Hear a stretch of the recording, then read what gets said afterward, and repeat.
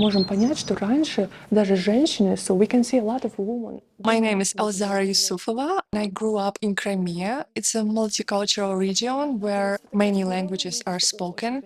I have a lot of students from post-Soviet Union country who speaks many languages as me, and I think my art classes, it's more than art for some of them. I have few students who left Crimea. Sometimes we can talk a little bit about home.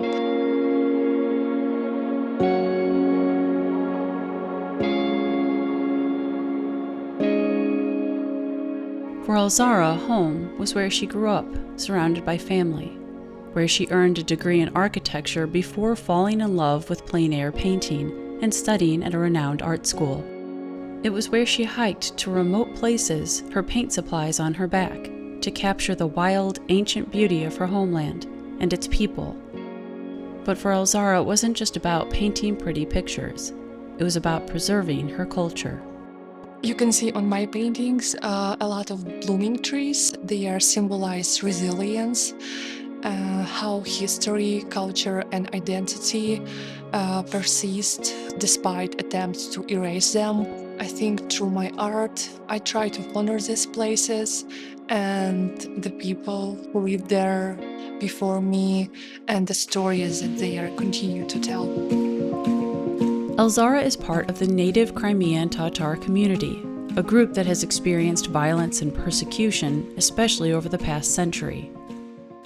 Sometimes I witnessed how personal expression could be unsafe, especially if your views on history or identity different from dominant narrative.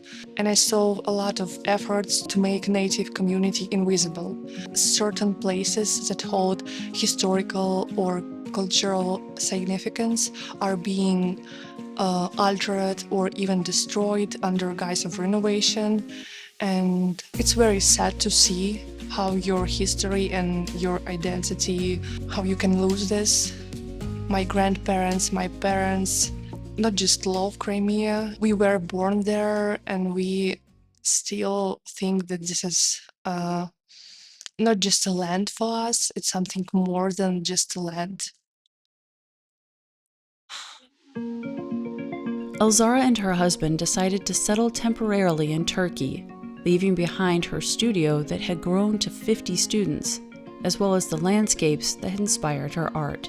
So I lived for 1 year in Istanbul. It's a very inspiring and beautiful place, and I think where I first time started to feel that I can express myself and feel more freely. Meanwhile, in St. Louis, Tikkun Olam is a Jewish value of repairing the world.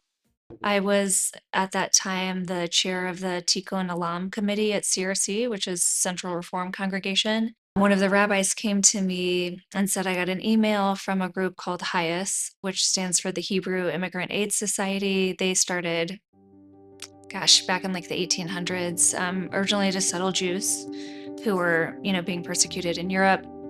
Have since expanded their efforts to all refugees worldwide, and they were asking synagogues to form private sponsorship groups. So just a group of any 5 individuals.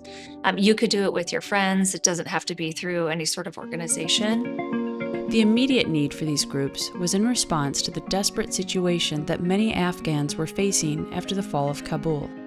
It made sense to help these families, especially since they had helped the U.S. and a promise was made. But soon, other conflicts produced more refugees from other countries, including Elzara's family, who were offered a sponsorship opportunity with Helen's group at the CRC. Sponsorship groups not only raise money to offset the costs of resettlement, but also provide practical help as families navigate life in an unfamiliar place. Finding them housing, getting them in English classes, get them clothes and shoes, and take them grocery shopping until they're really established on their feet. You leave a lot behind. You leave family and friends and businesses. So it's nice to kind of soften that transition. Thanks to her proficiency in languages and her skill as a painter, Elzara quickly established herself as an art teacher just a month after arriving in St. Louis. It was pretty incredible, honestly. She's really a self-starter. But she did have some help from some of our group members, helping connect her to the artist community in St. Louis. She really took it and ran with it and kind of started her own school out of her apartment, which is amazing. In addition to running her own multidisciplinary studio for both children and adults, Elzara teaches regularly at COCA and the St. Louis Artists Guild. I think that this experience made me realize that the art education is not just the technical skills, it's about the uh, psychological well-being and self-discovery. When you like draw or like have like fun with other people, it like kind of cures like that maybe anxiousness feeling, and like it just makes you feel more welcomed and like happier.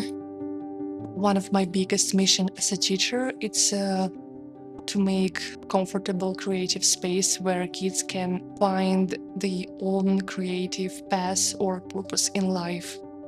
And though she still misses her home, Elzara is looking forward to building a bright future.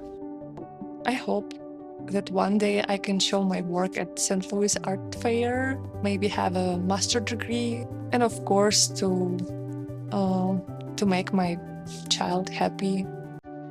As Elzara and the rest of the immigrant and refugee community work to forge their own paths in a new country, the healing power of Safe Haven doesn't just extend from our city, but also returns to it. St. Louis as a city has been steadily declining in population, and we have stymied that by welcoming immigrants. I just feel really grateful to be able to do this work, and as much as, we've given to them, they've given right back.